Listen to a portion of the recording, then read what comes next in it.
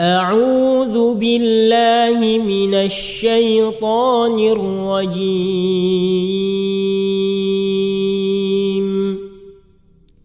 بسم الله الرحمن الرحيم.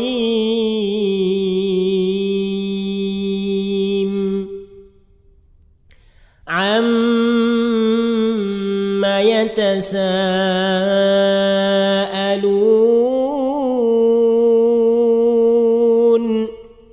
عن النبأ العظيم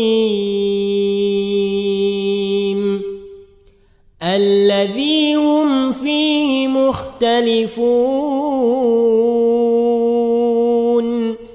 كلا سيعلمون ثم كلا سيعلمون ألم نجعل الأرض مهادا والجبال أوتادا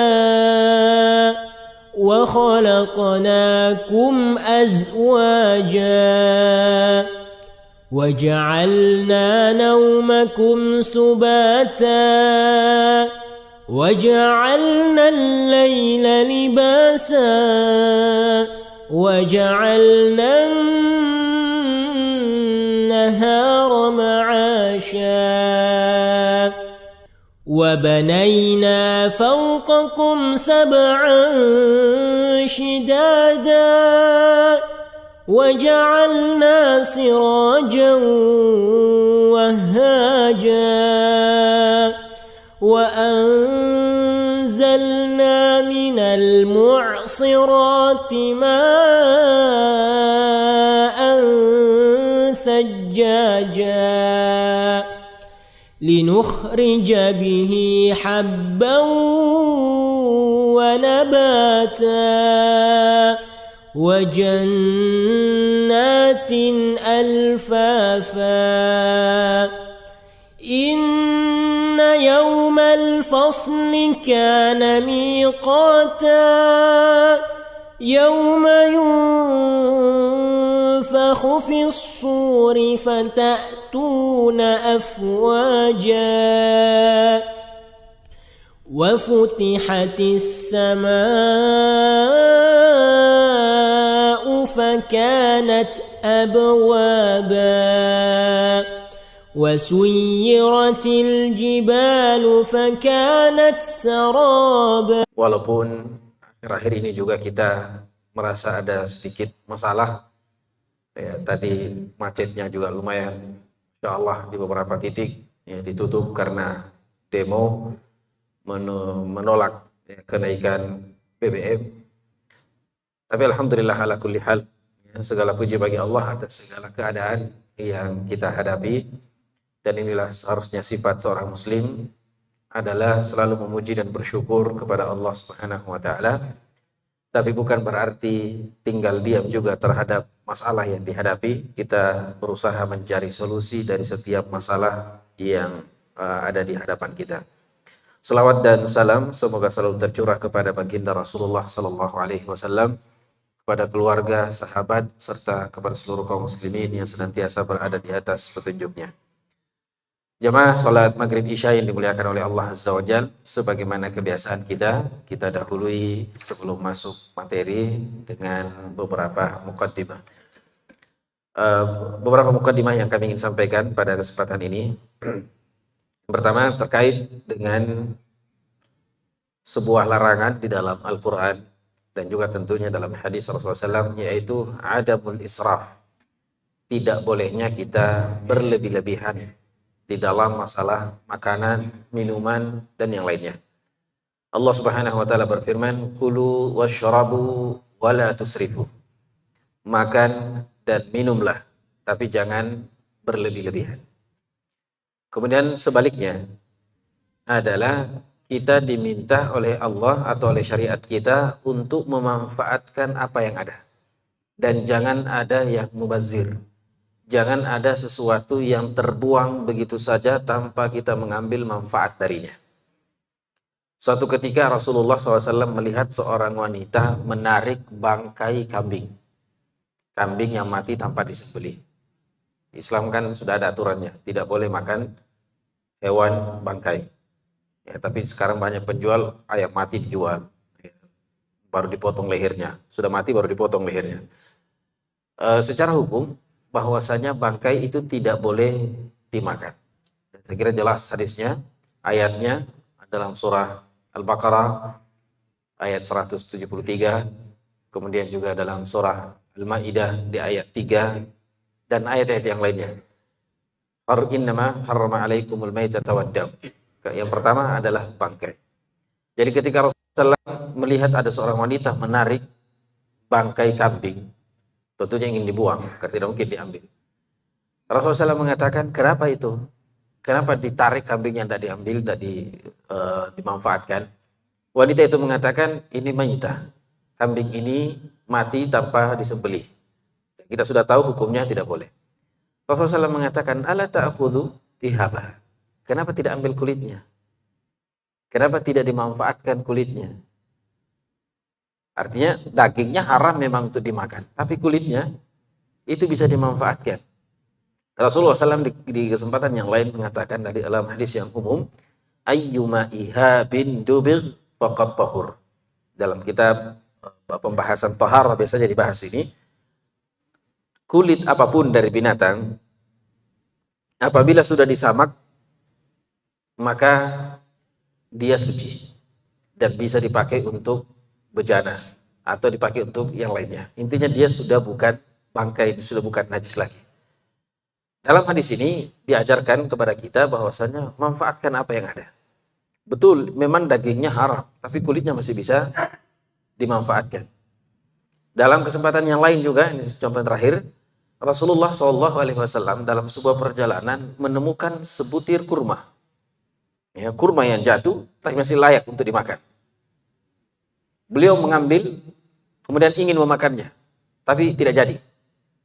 Kenapa tidak jadi? Beliau khawatir jangan sampai ini kurma adalah kurma sedekah. Karena beliau dan keluarganya tidak boleh memakan sedekah. Hadiah boleh. Ya, hadiah boleh, kalau sedekah tidak boleh. Jadi kalau ada yang mengaku keluarga Nabi, ada yang mengaku Habib, Sayyid, Sayyidah, Syarifah, keturunan Nabi, tidak boleh makan sedekah. Ya, ini hukum asalnya, walaupun nanti ada pembahasan ulama kita. Dan Rasulullah tidak memakannya, tapi memberikan kepada yang lain. Ulama kita mengomentari hadis-hadis seperti ini, bahwasanya kita Islam itu tidak boleh mubazir. Ya, selama masih bisa dimanfaatkan, manfaatkan. Selama masih bisa diambil darinya, manfaat kita ambil. Kebalikan yang di awal tadi adalah juga jangan berlebih-lebihan. Makan dan minum, berpakaian, beli sesuatu, tapi jangan berlebih-lebihan. Terkait dengan kenaikan BBM, ini semuanya larinya ke sana. Ya, kenaikan BBM, Pertalite, dan seterusnya. Ada beberapa sebagai umat Islam, kita ada beberapa hal sikap yang harus kita ambil. Yang pertama, supaya kita ini adalah orang yang beriman terhadap takdir, ya dalam akidah kita kan ada namanya iman kepada takdir khairihi wa syarrihi. Antu'mina bil qadri khairihi wa syarrihi. Sebagaimana dalam hadis Jibril, hadis yang cukup panjang. Apa itu iman? Salah satu di antara iman adalah beriman kepada takdir yang baik ataupun yang buruk. Kira-kira naiknya BBM ini takdir baik atau takdir buruk? Ya.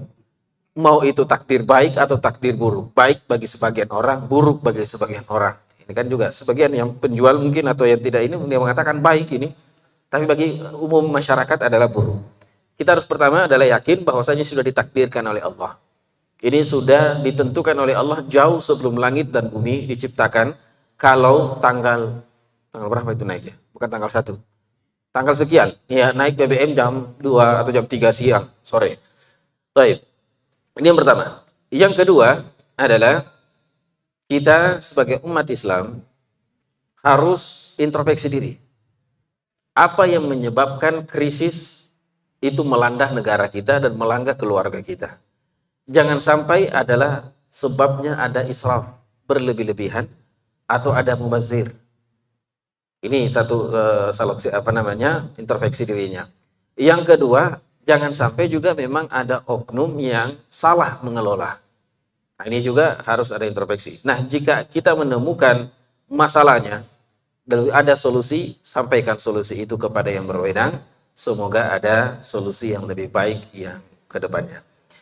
Selanjutnya adalah kalau ini sudah tidak bisa dirubah, ini sudah menjadi ketentuan yang sulit untuk ditarik kembali, maka selanjutnya sikap kita adalah selain bersabar, kita mengatakan insya Allah ada kebaikan di balik itu.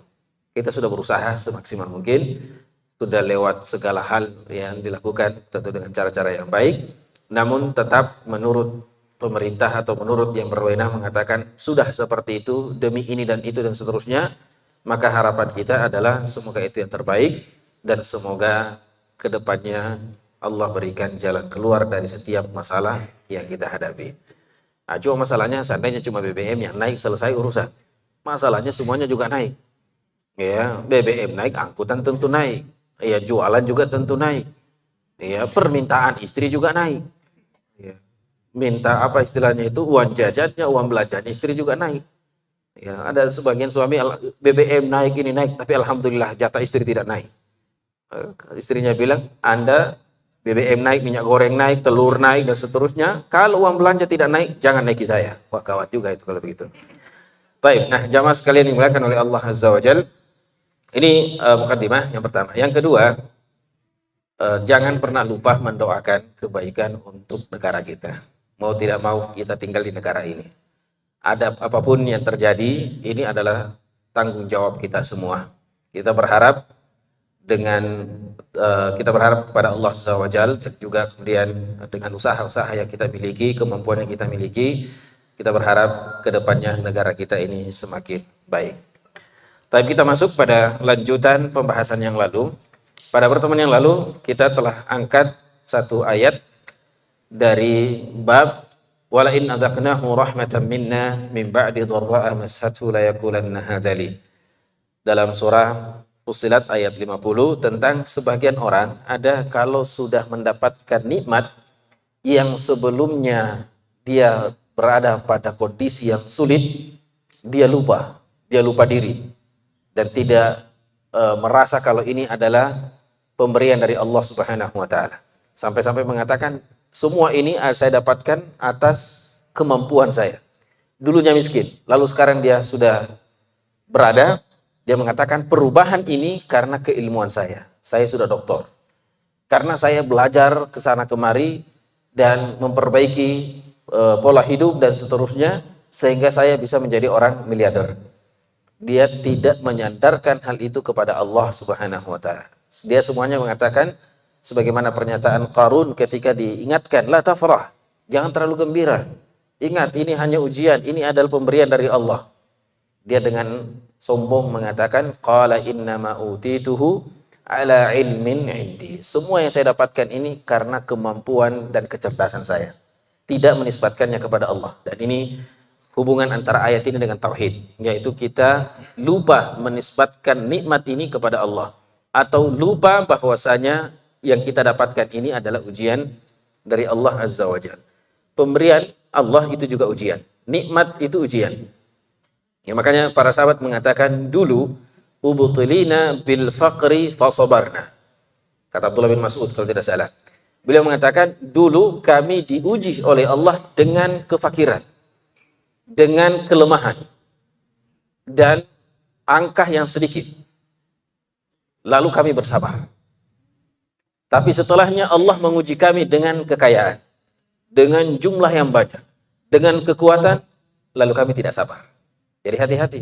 Ada sebahagian orang, ya, ujian kemiskinan ini dia bersabar. Pas kaya, dia tidak lolos dari kesabaran. Buktinya, dulu waktu miskin tidak pernah tertinggal sholat jamaahnya. Pas sudah berada, alasannya ada meeting, alasannya rapat. Sampai sholat berjamaahnya sudah tidak ada. Berarti dia tidak bersabar saat dia sudah kaya. Padahal waktu miskin dia sangat bersabar. Makanya dalam surah Al-Qasas, ya, kita cerita tentang Qarun tadi, mulai dari ayat 77, 78 dan seterusnya. Ada ayat yang Allah Subhanahu wa taala sebutkan yang membuat kita harus banyak berpikir.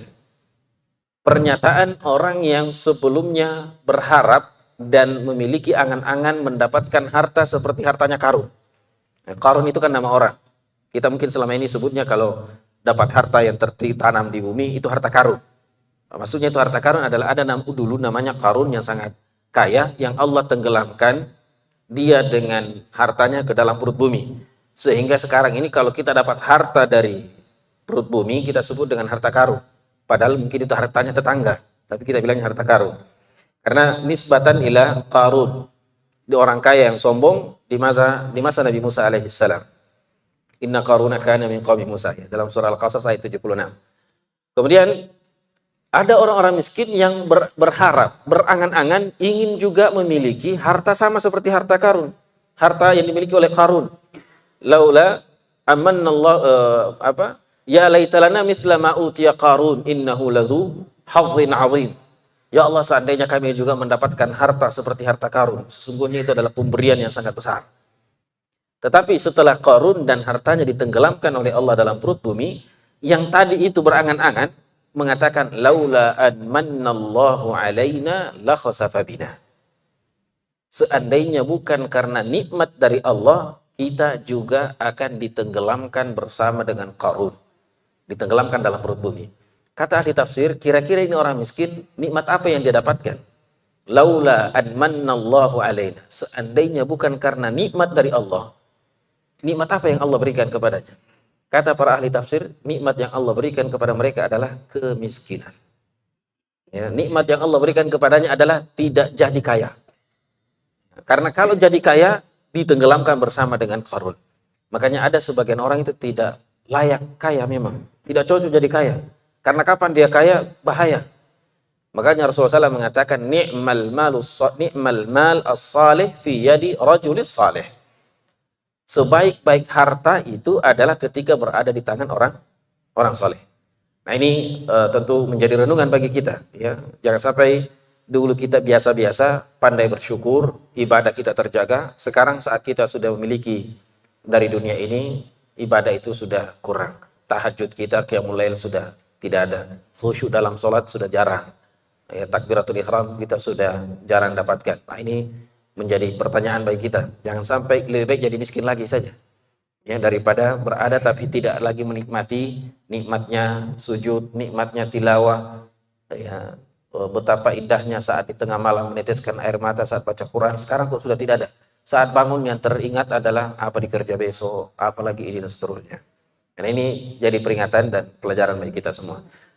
Baik, kita ambil hadis yang cukup panjang menceritakan kisah tiga orang yang diuji oleh Allah dengan sebuah kesulitan, lalu kemudian Allah berikan kelapangan dan dua diantaranya tidak berhasil lolos dari ujian dan satunya lolos. Saya kira kisah ini juga sudah sering kita dengarkan. Nah, sekarang kita dengarkan secara seksama dengan lafaz Arabnya lalu kita terjemahkan. An Abi Hurairah radhiyallahu taala anhu, dari Abu Hurairah radhiyallahu taala an, annahu sami'a an-nabiy sallallahu alaihi wasallam yaqul, beliau pernah mendengarkan Nabi kita Muhammad sallallahu alaihi wasallam bersabda, menceritakan ya sebuah kisah, inna thalathatan min bani Israel. Dulu kalau dalam kisah Upin-Ipin, pada zaman dahulu kala gitu. Inna thalathatan min bani Israel, ada tiga orang dari kalangan Bani Israel. Bani Israel itu dari zaman Nabi Yakub alaihissalam sampai Rasulullah atau Nabi Isa alaihissalam. Ini disebut dengan zaman Bani Israel dari keturunan Nabi Yakub. Karena Israel itu bahasa lain daripada Abdullah. Ya, jadi Israel itu bahasa lain daripada Abdullah. Isra itu Abdul, Il adalah Allah. Ya, bahasa lainnya. Kalau kita kan apa? Kalau di Jawa apa ya? Kanjeng bukan kanjeng. Kanjeng mami itu bukan ya. Apa? Ada bahasa lain selain Tuhan, selain Allah. Untuk orang yang untuk sesuatu yang diagungkan. Kalau kita bahasa Bugis puang, ya mungkin ya puang Allah Taala. Kan ada biasa gitu tuh. Allah Taala kita sebut puang Allah Taala. Kenapa kita bilang puang? Nah bukan orang Bugis itu Allah. Ya, tapi kita bilangnya puang. Karena itulah bahasa kita dalam mengagungkan. Nah, il adalah kata lain dari Allah dalam bahasa lain. Sama dengan Israfil, Mikail, Jibril, atau Jibrail, ini semua. Il-nya itu adalah Allah, hamba Allah, kekasih Allah, dan seterusnya. Utusan Allah, dan seterusnya. Israel adalah Abdullah, dan ini nama lain daripada Yakub. Jadi Yakub punya nama Yakub dan juga namanya Israel. Anak-anaknya ada 11 anak Yakub disebut dengan Bani Israel. Jadi kalau sekarang negara, nama kita sekarang sebutkan ke sana sedikit, lalu ada orang yang melaknat Israel. Apakah itu boleh atau tidak boleh? Kalau kita melaknat Israel, la'anallahu ala Israel. Ya. Semoga Allah melaknat Israel. Siapa yang dimaksud Israel? Nabi Yakub. Makanya di sini perlu niat itu juga membedakan mana yang benar, mana yang salah. Kalau yang dimaksud adalah Israel adalah Nabi Yakub, tentunya ini tidak boleh, haram. Tidak boleh kita melaknat Nabi, seorang Nabi, mengingkari satu Nabi sama dengan mengingkari seluruh Nabi. Tapi kalau yang dimaksud adalah Israel, adalah suatu kaum atau suatu tempat atau suatu daerah atau suatu kabilah yang sangat buruk atau yang sangat menentang Allah Subhanahu wa taala karena mereka bernama dengan Israel itu, maka tidak ada masalah. Sama seandainya, mohon maaf, seandainya ada orang yang disebut dengan Muhammad tapi kelakuannya itu sangat buruk. Lalu kita mengatakan la'anallahu ala hadza Muhammad. Semoga Allah melaknat Muhammad ini. Kalau yang dimaksud adalah Nabi kita Muhammad, kafir. Ya, tapi kalau yang dimaksud adalah orang tertentu atau ada kabilah namanya Muhammad atau ada negara namanya Muhammad yang melakukan keburukan yang sangat dahsyat, maka wallahu taala alam, tidak ada masalah. Makanya tetap kalau kita ada yang mengatakan kurang ajar itu Israel dan seterusnya, niatkan bahwa yang dimaksud adalah Israel yang sekarang, bukan Israel Nabi Yakub alaihissalam. Tapi kembali kepada hadis ini, inna thalathatan min bani Israel. Ada 3 orang dari kalangan Bani Israel. 3 orang ini memiliki masing-masing kekurangan, penyakit. Yang pertama abros. Abros itu penyakit kulit. Kusta, ya, penyakit kusta. Yang kedua wa aqra. Aqra itu mirip-mirip profesor. Ya, tidak punya rambut. Ya, botak. Ya, kan ada istilahnya itu kalau botak di depan dengan botak di tengah dengan botak habis. Ya, kalau yang botak habis itu disebut dana akra. Kalau yang di depan biasanya orang banyak berpikir, ya. Kalau yang di tengah-tengah di atas biasanya dia orang pintar memang. Nah, kalau dari depan sampai dia ke belakang dia pikir dirinya pintar. Katanya seperti itu. Ya, katanya seperti itu. Jadi kalau yang di depan ini dia orangnya berpikir, banyak berpikir, akhirnya rontok bagian depan. Kalau orangnya pintar itu di bagian tengah. Tapi kalau dari depan sampai belakang, ya, dia pikir dirinya pintar. Ada yang bilang begitu, tapi tidak benar juga. Baik. Ini yang kedua. Yang ketiga, wa'a'ma, buta. Jadi 3 orang ini diuji oleh Allah Subhanahu wa taala dengan penyakit abros, penyakit kulit, aqra, tidak tumbuh rambut di kepalanya, wa'a'ma, orang buta. Fa'aradallahu an yabtaliyahum. Maka Allah Subhanahu wa taala ingin menguji ketiga orang tersebut. Faba'atha ilaihim malakan. Lalu Allah Subhanahu wa taala mengutus kepadanya malaikat. Nah, sebelum kita lanjut, apakah masih memungkinkan malaikat itu datang menguji seorang hamba di muka bumi ini setelah zamannya Rasulullah sallallahu alaihi wasallam? Ya, tidak adalah, Allah taala sependek pengetahuan saya, tidak ada larangan dan tidak ada hadis yang mengatakan sudah tidak ada lagi. Jadi bisa jadi ada seseorang yang diuji oleh Allah dengan penyakit lalu datang kepadanya seseorang yang ternyata itu adalah malaikat yang kita tidak tahu. Wallahu ta'ala, karena tidak ada hadis yang mengatakan sudah tidak ada lagi malaikat turun setelah Rasulullah sallallahu alaihi wasallam meninggal dunia.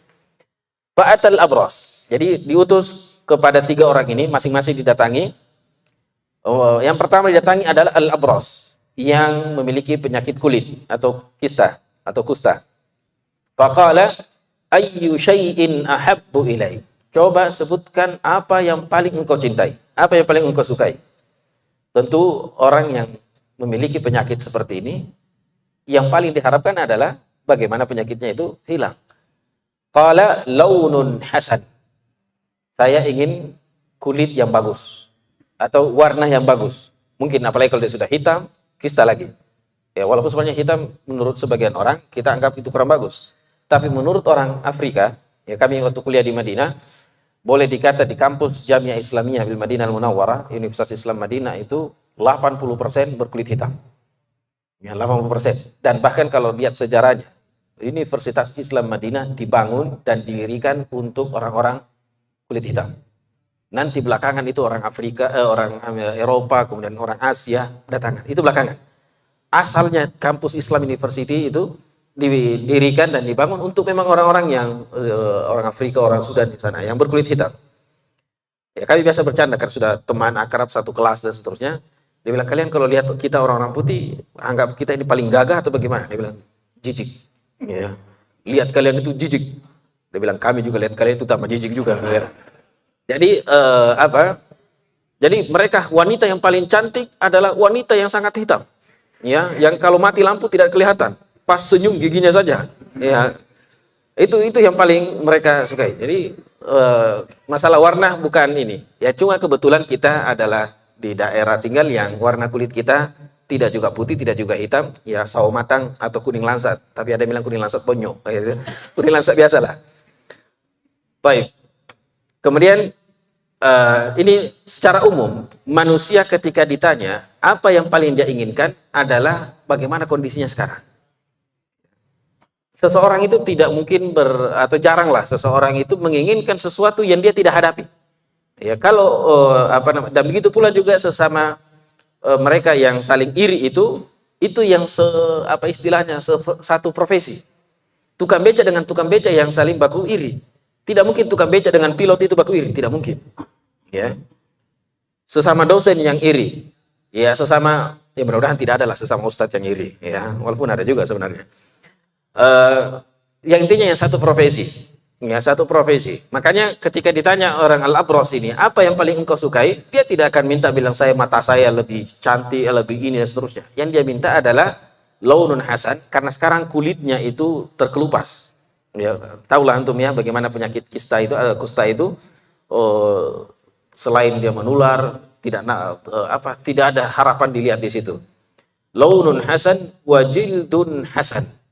Ya, selain warna kulit yang bagus, juga adalah kulitnya kembali bagus, mulus, ya, seperti tidak ada penyakit dalamnya. Wa yadhhab 'anni alladhi qad qadharani an-nasu bihi. Dan Allah atau saya dihilangkan dari penyakit yang mana manusia tidak mau mendekat, jijik. Ya, kami dulu ada santri waktu saya ditugaskan di Pondok Cabe, Tangerang.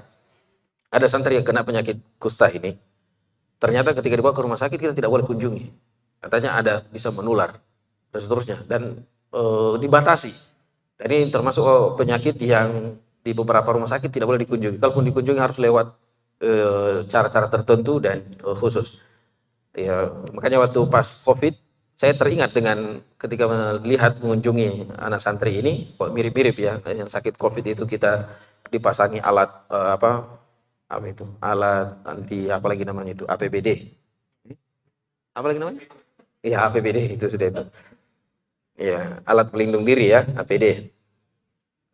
Kemudian wa yadhhabu 'anni alladhi qad qadara an-nasu bihi. Ya, saya berharap kalau itu semua dihilangkan oleh Allah Subhanahu wa taala. Qala Rasulullah SAW melanjutkan kisahnya, famasahahu.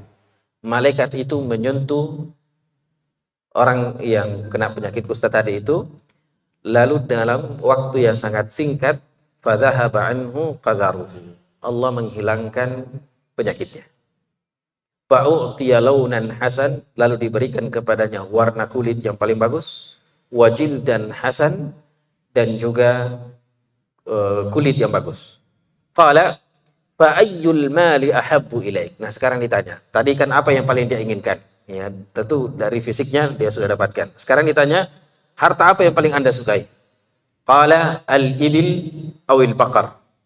Ya, di sini Ishaq ibn Rahuyah yang meriwayatkan hadis ini ragu apakah yang dia bilang adalah onta atau sapi. Tapi dalam riwayat yang lain jelas ada beberapa lebih kuat, yang dimaksud adalah sapi. Yang dimaksud adalah sapi. Fa'u'tiya naqatan 'ashara wa qala barakallahu fiha. Lalu diberikanlah bukan sapi, onta ya. Fa'u'tiya naqatan, lalu diberikan kepadanya naqah, onta, asyara yang cukup bagus, cukup baik, yang hamil, atau yang sudah siap melahirkan. Ya, kan ada onta juga yang biasa sulit melahirkan. Ini sudah siap, asyara ini sudah siap melahirkan. Lalu didoakan, barakallahu laka fiha. Semoga Allah memberkahi hartamu ini. Jadi dia sudah mendapatkan dua hal.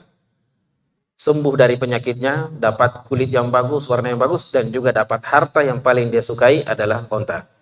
Qala, kemudian Rasulullah SAW melanjutkan, fa'atal aqra. Malaikat tadi ini datang kepada yang kedua, yaitu orang yang botak, asla. Ya, aqra atau asla. Asla itu yang tidak ada rambut sama sekali di kepalanya. Faqala ayyu syai'in ahabbu ilaik. Pertanyaan yang sama diajukan kepada si botak ini. Jawabannya adalah sya'run hasan. Saya menginginkan rambut yang baik, ya, yang bisa disisir, yang bisa di belah tengah, belah samping. Yang penting jangan di model-model yang lain. Wa yadhhabu 'anni alladhi qadharani an-nasu bihi. Dan saya menginginkan dihilangkan dari penyakit yang manusia tidak mau mendekati saya. Famasahahu, maka kemudian malaikat itu mengusapnya. Fadhahaba anhu qadaruh, maka hilanglah penyakitnya.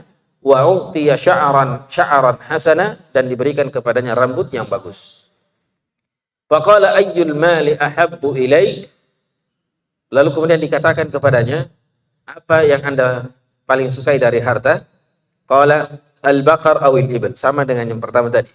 Nah, kalau yang pertama lebih cenderung kepada onta, kalau yang kedua ini adalah pada sapi. Fa'utiya baqaratan hamila, maka diberikan kepadanya satu ekor sapi yang sedang hamil. Dan didoakan, qala barakallahu laka fiha. Semoga Allah memberkahi harta yang engkau miliki ini. Fa'atal a'ma, lalu kemudian yang ketiga didatangi, yaitu si buta. Faqala ayyu syai'in ahabbu ilaik. Pertanyaan yang sama. Apa yang paling Anda sukai? Qala yaruddullahu ilayya basari fa'ubsiru bihin nas. Yang paling saya inginkan adalah Allah mengembalikan penglihatan saya sehingga saya bisa melihat manusia. Famasahahu. Lalu malaikat itu mengusapnya, menyentuh wajahnya. Faraddallahu ilaihi basarah. Lalu Allah mengembalikan penglihatannya. Qala fa ayyul mali ahabbu ilaik. Lalu ditanya kepadanya, harta apa yang paling engkau sukai? Qala al-ghanam, yaitu kambing. Fa'utiya syatan walidan. Lalu diberikan kepadanya satu ekor kambing yang sedang hamil atau yang akan siap melahirkan. Fa'untija hadani wa wallada hada. Ya, maka semuanya, ketiga-tiganya itu melahirkan. Ya, yang dapat onta melahirkan, yang dapat sapi melahirkan, dan juga dapat kambing sama-sama melahirkan atau ada keturunan dari hewan yang tadi diberikan. Fakana lihadza wadin minal ibil. Dan sepanjang atau dengan berjalannya waktu, yang pertama tadi dapat onta itu ternyata regenerasi ontanya cepat sekali, sampai satu lembah penuh dengan onta dari satu onta tadi. Dan yang sapi juga sama. Sapinya banyak, berkembang biak sampai memiliki satu lembah sapi. Begitu pula dengan yang mendapatkan kambing. Sampai di sini semuanya sama. Ya, tidak ada masalah. Tapi di sini mungkin ada yang perlu kita angkat. Mana yang lebih afdol hewan yang harus dimiliki? Onta, sapi, atau kambing? Ya. Beda kalau di kurban. Ya, kalau kurban juga ulama berbeda pendapat. Mana yang lebih utama dikurbankan? Sapi, onta, atau kambing? Sebagian ada mengatakan Rasulullah tidak pernah berkurban kecuali dengan kambing. Tapi Rasulullah SAW mengatakan dalam keutamaan datang di sholat Jumat tepat awal waktu, beliau mengatakan man raha fis sa'atil ula faka'annama qarraba badana. Siapa yang datang lebih awal sama seperti orang yang berkurban satu ekor onta. Datang di waktu kedua sama dengan orang yang berkurban satu ekor sapi. Yang ketiga kambing, yang keempat ayam, yang kelima bayoma minakappa. Ya, ini yang kelima. Setelahnya tidak ada, karena khatib sudah naik mimbar, maka dia sudah tidak dapat pahala, hanya kewajibannya gugur.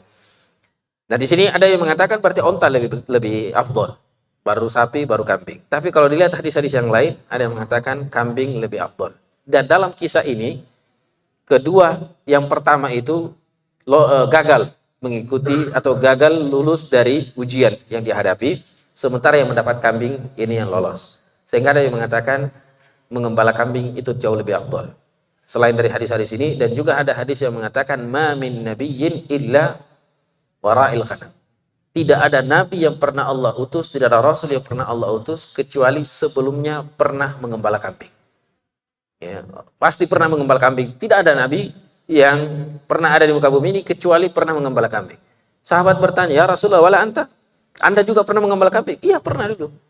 Kalau kita bahas sejarahnya nabi itu kan pernah jadi pengembala kambing. Ya, dan dia mengembala kambing itu kemudian dibelah dadanya. Sebentar lagi mengembala kambing, datang malaikat, dia belah dadanya. Ya, diambil, ada warna hitam diambil, dan sampai ketika beliau dewasa dilihat oleh sahabat masih ada itu bekas belahan di dada beliau. Baik. Nah, ini terkait dengan masalah hewan, wallahu taala alam, ada hikmahnya. Ya, katanya kalau berhasil mengembala kambing, maka insya Allah berdakwanya jauh lebih kiat lagi dan lebih berhasil lagi. Makanya bagus juga nanti kita tes ini yang mau diutus pergi dakwah, kita suruh kasih kambing dulu, dia pelihara kambing. Kalau dia berhasil baru kita utus. Taib. Qala thumma innahu atal abras fi suratihi wa hayatihi. Nah, sekarang lanjutan kisahnya. Jadi setelah yang pertama, kedua, dan ketiga ini disembuh dari penyakitnya dan sudah menjadi orang kaya, masing-masing mendapatkan binatang yang dia minta dengan jumlah yang cukup banyak sekarang. Maka kemudian yang kedua, malaikat ini datang kembali dengan gaya yang berbeda. Kalau yang pertama itu gayanya bagus. Dan ini secara umum, malaikat itu tidak pernah datang kepada manusia kecuali dengan gaya yang paling gagah. Ya, misalnya datang ala surati Dihya al-Kalbi. Ya, Jibril pernah datang kepada Rasulullah SAW dalam bentuk wujud manusia, mirip seperti Dihya al-Kalbi. Dihya al-Kalbi ini adalah sahabat yang paling gagah. Ya, mirip-mirip saya lah sedikit. Ya. Kemudian tidak pernah ada malaikat datang itu dengan surah yang jelek. Bahkan tadi malam kami mengisi taklim kisah Nabi Lut di Takalar. Saya sebutkan diambil dari kitab Bidayah wan Nihayah. Itu 3 malaikat yang datang kepada Nabi Lut, yang sebelumnya juga datang kepada Nabi Ibrahim memberikan berita gembira. Itu ketika dilihat dan diketahui oleh kaumnya Nabi Lut, wah, itu mereka kegirangan itu, karena ini orang yang paling gagah yang datang. Orang yang paling gagah yang datang. Jadi memang tidak pernah ada sejarahnya malaikat itu datang dengan gaya atau dengan cara yang tidak baik dipandang. Jibril ketika datang mengajarkan hadis, pernyataan Umar bin Khattab kan jelas ya, rambutnya hitam, bajunya putih, pokoknya paling gagah lah. Nah, kecuali dalam bentuk ujian. Dalam hal ini malaikat datang dalam bentuk ujian, dia datang seperti keadaan sebelumnya. Orang yang tadi itu, yang si penyakit kusta, si botak, dan si buta. Malaikat ini datang dalam bentuknya seperti yang dulu. Ya, yang sekarang didatangi ini orang al-abros, yang penyakit kusta. Faqala rajulun miskin wa ibnu sabil. Tolong kodong, saya ini musafir dan miskin. Habis bekal saya minta tolong berikan sedikit sesuatu dari harta Allah yang Allah titipkan kepada Anda. Dalam bentuk yang dulu ya, dia pernah mengalami seperti itu. Qad inqata'at biyal hibalu fi safari. Sudah habis bekal saya dalam perjalanan. Fala balagha lil yauma illa billah. Saya sudah tidak punya harapan lagi hari ini kecuali hanya berharap kepada Allah. Sudah tidak ada makanan, tidak ada minuman, dan seterusnya. Di sepanjang perjalanan saya tidak ada saya temukan kecuali Anda hari ini. Tolong berikan saya sesuatu yang bisa saya dengannya melanjutkan perjalanan saya. Jadi saya sudah tidak punya apa-apa lagi. Dan saya tidak punya harapan kecuali kepada Allah, kemudian kepada Anda, karena Anda yang sekarang saya temui. As'aluka, saya memohon, billadzi a'taka al-lawnal hasan wal jildan hasan wal mala ba'iran atabalaghu bihi fi safari. Saya meminta, menyebut atas nama Allah. Ini saya meminta sekarang ini atas nama Allah yang pernah memberimu warna yang bagus, kulit yang bagus, dan memberikanmu ba'ir atau onta yang cukup banyak. Tolong berikan kepada saya sedikit saja yang dengannya saya bisa kembali ke kampung halaman saya. Saya tidak minta banyak. Itu yang diminta oleh yang datang tadi ini. Faqala, ini Alasannya, balasannya dari orang yang sudah kaya ini, yang lupa diri. Al-huququ katsira. Mohon maaf, tabe. Ya, banyak sekali kodong tanggunganku. Memang ini banyak sekali nih sapi, 5.000 sapi, tapi banyak juga yang telah saya tanggung. Alasannya. Faqala lahu ka'anni a'rifuk. Maka orang itu yang mengatakan, ka'anni a'rifuk. Anda ini orang kaya, tapi kayaknya saya kenal Anda deh. Alam takun abras yakthurkan nas, kayaknya Anda ini dulu adalah orang yang kena penyakit kusta seperti saya sekarang ini. Ini malaikat.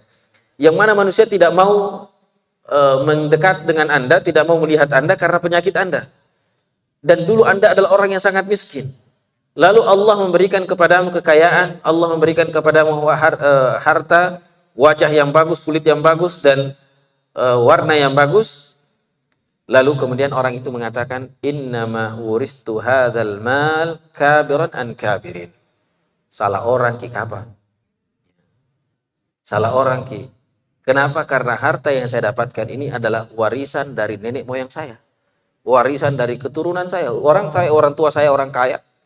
Ya, dia sudah lupa. Ya, orang tua saya orang kaya. Kakek saya orang kaya. Jadi semua harta yang saya dapatkan ini bukan, Anda salah orang, bukan itu yang, bukan orang itu yang Anda maksud, bukan saya yang Anda maksud. Faqala in kunta kadziban. Dia mengatakan, wahai fulan, kalau Anda dusta dengan ucapan Anda ini, maka Allah akan mengembalikan Anda ke posisi semula. Fasayyarakallahu ila ma kunta. Allah akan mengembalikan Anda seperti semula lagi. Qala, lanjutan kisahnya, wa atal aqra fi surati. Kisahnya hampir sama. Didatangi orang yang botak dengan gaya yang sama juga.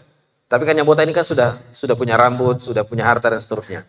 Faqala lahu mithla ma qala li hadza. Kisahnya kita tidak usah ulang, intinya apa yang ditanya, apa yang diminta sama persis. Karena ini kan bentuknya ujian. Jawabannya juga sama. Anda salah orang. Saya dapat harta ini adalah dari akabirin an kabir. Maka diucapkan kepadanya, in kunta kadziban. Kalau Anda dusta dengan ucapan Anda, fasayyarakallahu ila ma kunt. Allah Subhanahu wa taala akan mengembalikan Anda seperti sedia kala. Qala wa atal a'ma. Kemudian yang ketiga yang didatangi yang si buta. Fi suratihi. Jadi ada lagi orang buta datang kepadanya. Faqala rajulun miskin. Tolong kodong, saya ini orang miskin, ibnu sabil, orang yang sedang safar, kehabisan harta. In qata'at bil hibalu fi safari. Saya sudah tidak punya apa-apa dalam perjalanan saya. Dan tidak ada yang bisa menyampaikan saya atau yang bisa mengantarkan saya kecuali hanya kepada Allah Subhanahu wa taala saya berharap, kemudian kepada Anda. As'aluka billadzi radda 'alaika basar. Saya memohon kepada Allah, Anda untuk memberikan kepada saya sesuatu yang Allah pernah berikan kepada Anda, yang telah mengembalikan penglihatan Anda. Allah berikan kepada Anda seekor kambing yang dengannya Anda bisa melakukan banyak atau memiliki harta yang banyak. Saya cuma minta satu kambing saja, yang satu kambing itu saya bisa pakai untuk perjalanan pulang. Maka orang itu mengatakan, qala qad kuntu a'ma. Dulu saya juga pernah buta sama persis seperti Anda. Dia mengakui. Faraddallahu alayya basari. Lalu kemudian Allah Subhanahu wa taala mengembalikan penglihatan saya, membuat saya melihat kembali. Dia tidak mengatakan ambil satu. Fakhudh ma syi'ta, terserah mau ambil berapa. Ini orang yang pandai bersyukur. Terasa dulu saya miskin, dulu saya buta, lalu Allah memberikan saya penglihatan dan Allah memberikan ini, maka terserah Anda, sekarang mau ambil. Dan ini kisah seperti ini terkadang kita cuma ini kan kisah dulu. Kami pernah mendengarkan orang yang masih hidup ya, tapi ini di Timur Tengah ya, di Arab. Ada orang yang datang minta kepadanya, saya butuh ini dan seterusnya. Dia bilang, saya ini di gudang, ambil terserah apa yang Anda mau ambil. Dan pernah sekali juga, cuma kita malu-malu. Ya saya kebetulan ada salah satu ustadz kita, Ustadz Rustam Effendi, dia bawa anaknya di Masjid Nabawi, sedang sakit, digendong. Tiba-tiba lewat saudaranya Raja Salman, ya, dengan ajudannya, dengan ajudan dan pengawalnya. Dia langsung singgah lihat itu anak ini sakit ya, iya, bawa ke rumah sakit. Jangan bawa, dibiarkan anak ini. Nah semenjak itu Ustadz kita, Ustadz Rustam Effendi ini berteman dengan saudaranya Raja Salman, ya, Raja Mamduh, ya, Amir Mamduh, ya, Pangeran Mamduh, saudara dengan Raja Salman sekarang. Kemudian setelah itu dia bilang, panggil teman-temanmu orang Indonesia. Dipanggil kita, kenalan, jabat tangan. Kemudian dia bilang, tuliskan apa yang kalian butuhkan. Kan enak gitu. Ya, saya waktu itu masih bujangan dalam artian tertentu karena tidak ada istri. Jadi saya tulis saya mau datangkan istri, ya, harga tiket sekian, harga anak sekian, saya butuh syukoh, syukoh itu apa apartemen, tulis semua. Dia bilang semua yang kalian tulis ambil semua, artinya dikasih. Alhamdulillah bisa datangkan istri. Jadi saya datangkan istri bukan biaya pribadi, biaya dari Amir Mamduh, Pangeran Mamduh, saudara sebapak tapi beda ibu dari Raja Salman. Ada orang-orang seperti itu. Ada juga namanya Syekh Al-Utairi. Ini kalau mahasiswa di Jamiah Islamiyah pasti kenal ini Syekh. Yang setiap bulan pada hari Senin itu dia bagi-bagi uang 150 real. Kelihatannya sedikit, ya. 150 real dibagi kepada 5.000 mahasiswa. Atau bahkan lebih dari 5.000 mahasiswa. Itu setiap bulan. 150 real itu berapa? Kalau sekarang 1 real 4 ribuan lah, 3.730. Kalau 150 real berapa itu? Ya, kali 5.000 orang. Berapa miliar itu jadinya? Itu tiap bulan. Ya. Dan itu dia tidak pandang bulu mau berapa, dia kasih semua. Dan kami termasuk yang mendapatkan banyak manfaat dari beliau karena dapat tiap bulan sembako dari Syekh Al-Utairi ini. Artinya masih ada orang-orang seperti itu, bukan hanya di masa dahulu, di masa sahabat, sampai saat ini alhamdulillah.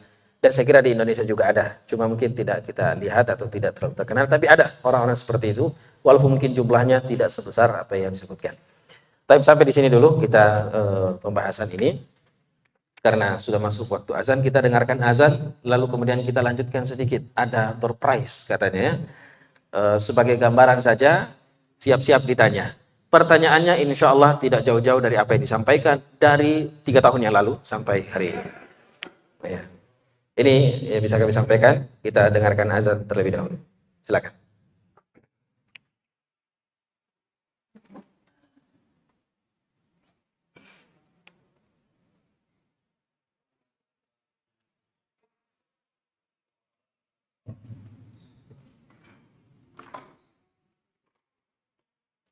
Allah Akbar.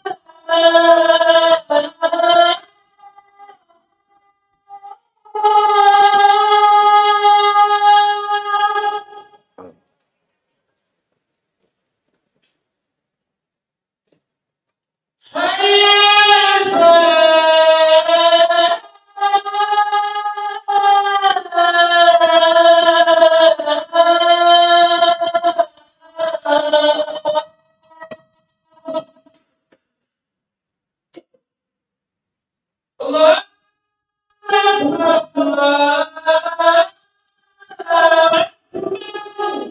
Pak.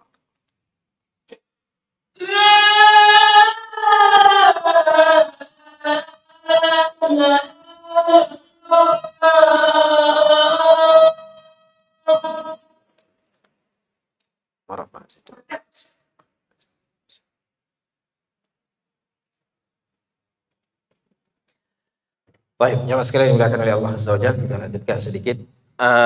Sepertinya ada berapa ini, Ustaz? Ada 5 ya? Iya. Ada 5 baju ini yang mau diberikan ke jamaah. Harusnya pemateri juga dapat ini. Baik, tapi kita dahulukan. Ini hablo sepertinya punya ikhwah kita yang di Sengkang ya. Oh ya, Masya Allah. Biasa ketemu sama yang punya ini. Sebelum kita bagikan, kita doakan dulu untuk yang punya ini. Semoga Allah Subhanahu Wa Taala memberkahi harta dan keluarganya, dan semoga Allah melimpahkan rezekinya dan berikan yang lebih baik. Baik, dari pembahasan kita, saya minta satu orang mungkin yang memilih nanti, Ustaz, siapa yang jawab. Dari pembahasan tauhid kita dari dulu sampai sekarang, pembahasannya tentunya seputar tauhid, ya, seputar masalah akidah dan seterusnya. Saya mau ada di antara kita menyebutkan 3 judul bab yang pernah kita kaji selama 3 tahun ini. 3 judul bab saja. Ada? Angkat tangan dulu. 3 judul bab saja, bukan hadisnya, bukan ayatnya. Judulnya apa? Permasalahan, tidak mesti babnya. Apa 3 permasalahan yang kita kaji dalam kitab tauhid? Waduh, gawat ini kalau sudah 3 tahun kita kajian.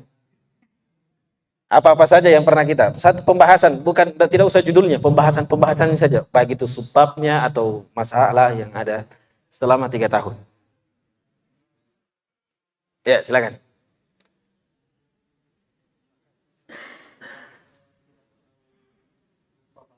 Iya, tapi pembahasannya.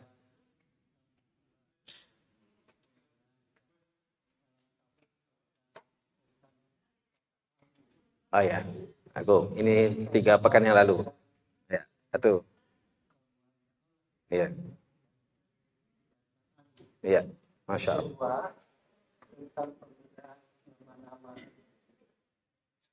Husna, oh ya, Masya Allah. Ini kayaknya baru-baru semua ini, masih terasa hangat. Ya. Iya, ya. Terus yang ketiga, yang hari ini. Ya. Ujian. Masya Allah, Masya Allah. Masya Allah, Masya Allah. Warna apa disuka, Pak? Sembarang aja. Kalau itu yang paling di atas saya kasih. Syukran. Perlu dokumentasikan? Baik, pertanyaan yang kedua. Ya. Siapa penulis buku Kitab Tauhid? Kitab Tauhid. Ya, silakan. Syekh Muhammad bin Abdul Wahab. Cukup? Ya. At-Tamimi. Masya Allah. Maju sini. Baik.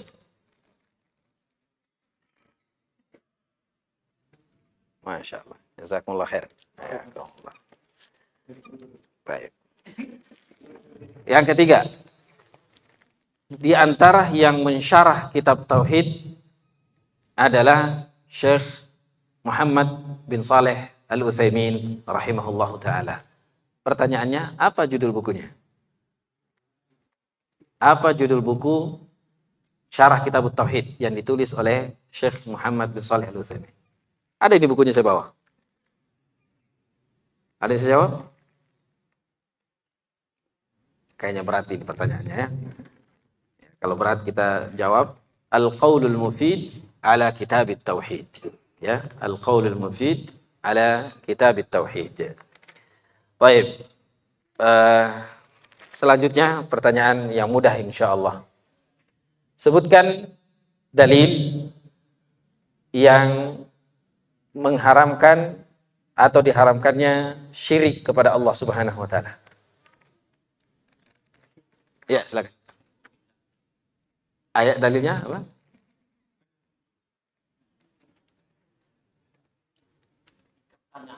Satu saja. Ya, satu dalil yang mengatakan kita tidak boleh melakukan syirik kepada Allah Subhanahu wa taala. Atau dalil tentang haramnya syirik.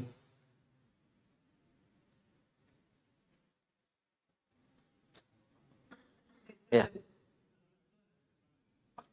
Lupa. Iya, Bapak. Ya, apa dalilnya kalau kita tidak boleh melakukan kesyirikan? Iya.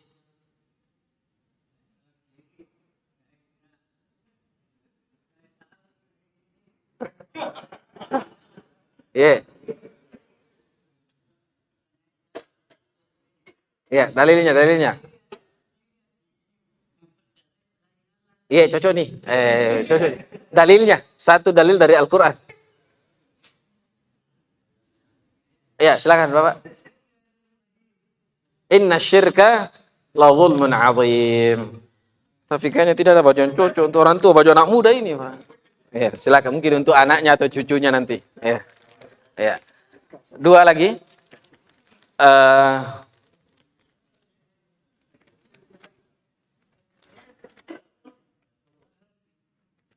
Yang baru-baru saja atau yang belum terlalu lama.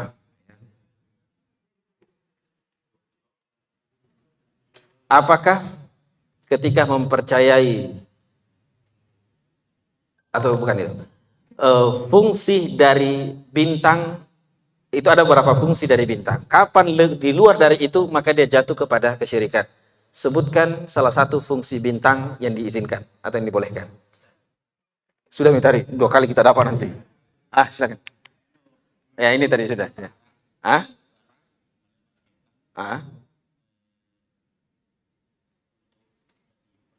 Oke, alamat bin najmi yahtadun. Masya Allah. Sisa 2 ini yang mana kita pilih? Yang polos. Ini polos. Ya, silakan. Ya, terakhir, ini pertanyaan yang paling sulit mungkin. Ya, Allah. Pertanyaan paling sulit. Ya. Siapa nama pemateri kita? Silakan angkat tangan. Siapa? Syukur. Saya khawatir sudah 3 tahun lebih saya mengisi di sini tidak tahu siapa namanya. Baik, syukran. Jazakumullah khair. Hayakumullah. Ya. Doakan yang memberikan pakaian atau baju ini kebaikan, semoga Allah memberkahi kita semua. Syukran jazakumullah khairan. Subhanakallah bihamdik, asyhadu an la ilaha illa anta, astaghfiruka wa atubu ilaik. Assalamualaikum warahmatullahi wabarakatuh.